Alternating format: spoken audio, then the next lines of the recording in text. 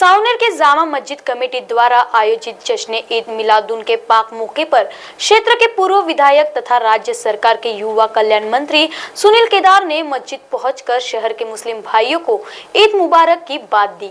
इस अवसर पर शहर कांग्रेस कमेटी अध्यक्ष पवन जायसवाल आदि की प्रमुख उपस्थिति में मंत्री सुनील केदार का स्वागत किया गया।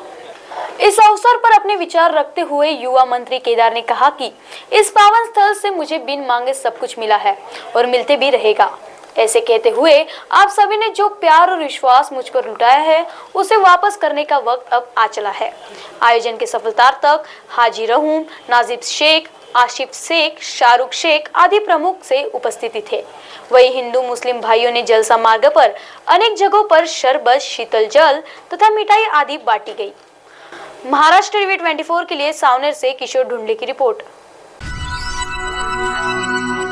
सुखी संसाराला हवं असतं हक्काचं एक घर, कुटुंबाला सुरक्षा आणि मायेची ऊब देणारं, आयुष्यात आनंदाचे रंग भरणारं। प्रत्येकाचं हे स्वप्न पूर्ण होण्यासाठी केंद्र आणि राज्य सरकार हातात हात घालून कार्यरत आहे।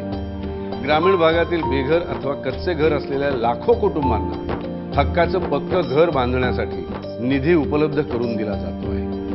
त्यासाठी प्रधानमंत्री आवास योजनेसह रमाई, शबरी, पारधी, आदिम, अटल बांधकाम, पुण्यश्लोक अहिल्यादेवी होळकर, पीएम जनमन व यशवंतराव चव्हाण मुक्त वसाहत योजना या योजनांबरोबरच अमृत महाआवास अभियान देखील राबवले जात आहे। गोरगरिबांना घरासाठी स्वतःची जमीन घेण्यासाठी पंडित दीनदयाळ उपाध्याय घरकुल जागा खरेदी अर्थसहाय्य योजनेतून सहाय्य दिले जात आहे।